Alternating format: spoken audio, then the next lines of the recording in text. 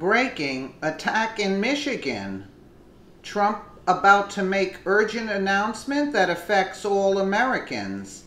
Travel has come to a screeching halt at the Bishop International Airport in Flint, Michigan, located just an hour outside of the state's Muslim Mecca in Dearborn.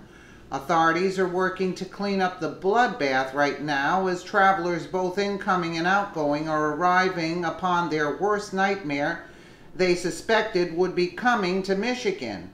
Details from the harrowing scene are emerging now, along with who is at the center of it. Michigan has become a hotbed of hate as Muslims have been allowed to take over much of the state and impose their religious rights on everyone who was there before them.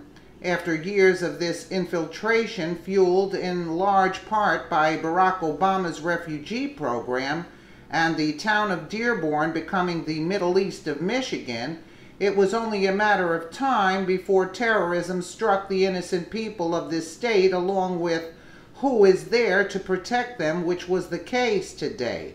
Detroit News is reporting that police have the suspect in custody at this time after he stabbed one of their own while shouting Allahu Akbar. The officer, identified as Lieutenant Jeff Neville, is in critical condition after being stabbed in the neck at Bishop International Airport. Breaking 911 reported the Canadian-born suspect was shouting Allahu Akbar during the attack. Witnesses said the unnamed male suspect was taken into custody alive.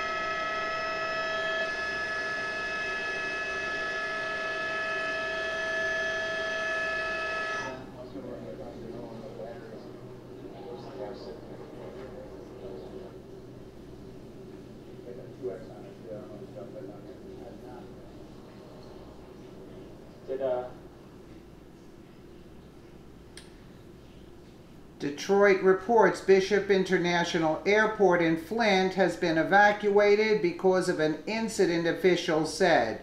They also said in a post on the airport's Facebook page that an airport police officer has been injured. All passengers are safe and are being evacuated at this time. The message said, "We will release more information as we have it." Flint Mayor Karen Weaver said a significant security event occurred Wednesday at the airport, and officials have told her a person of interest in the incident is in custody.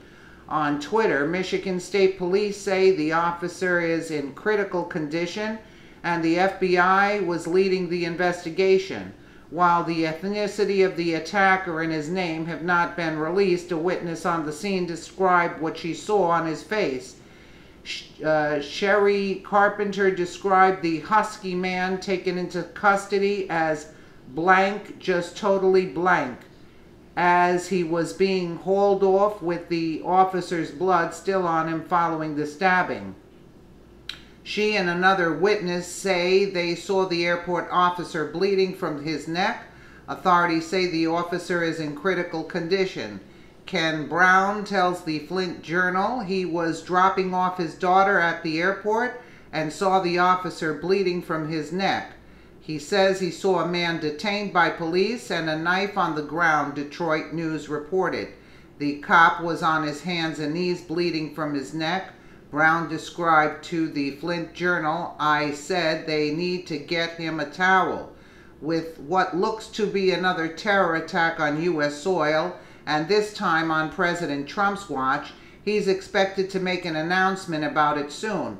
We won't make apologies for the attacker or say not to blame Islam, and will likely tighten up his resolve to impose his important travel ban.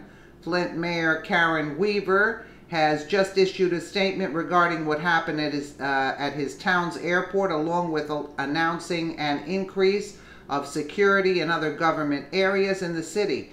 This was an immediate decision made as a precaution. Right now, we are still awaiting more information about the situation at Bishop Airport this morning. My thoughts and prayers are with all of our law enforcement officers who work to service and protect us each and every day. I want the public to know that several agencies are involved and working to ensure the situation is under control. However, at this time, we are taking extra precautions just to be safe.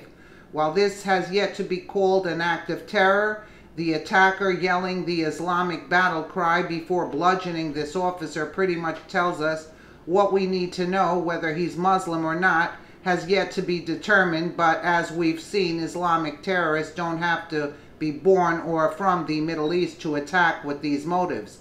Some are radicalized in our own country for this purpose by Muslim refugees who are on this very mission to do just that. The nature of the Islamic religion does not allow Muslims to assimilate into Western culture. They want to dominate it since everything America stands for is counter to their beliefs.